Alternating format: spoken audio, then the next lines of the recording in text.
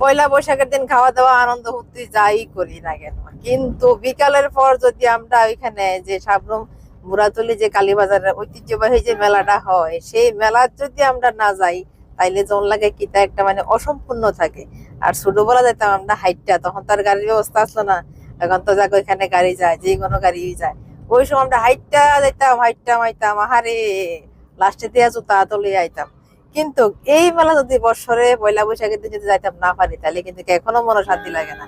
তো যার কারণে যেখানেই থাকি না কেন, পয়লা বৈশাখের দিন একবার এই মেলাতে যাবো, যতটুকু সম্ভব মানে এখানে যাওয়ার চেষ্টা করি। এখন তো যাওয়ার চেষ্টা করতেছি, জানি না কত বছর যেতে পারুম।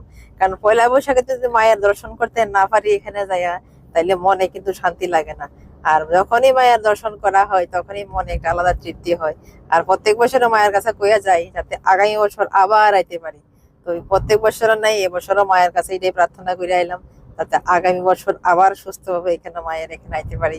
তো মায়ের দর্শন করার পরে শুরু হয় মেলা ঘোরাঘুরি। আর মেলাটা কিন্তু ছোট বড় নয়, এটা বিস্তীর্ণ এলাকায় একদিন মেলাটা হয়, বিশাল বড়।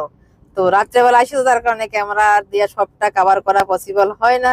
আর ভাবলাম যে না, বছরে একবার আগে মেলায় ঘুরি। ওই মেলা ঘুরতে করতে না আর ভিডিও করার সময়টা একটু কম পাই, মনে হয় না, ভুলে জায়গা। তাও যতটুকু সম্ভব হয়েছে একটু একটু তোলার চেষ্টা করছি।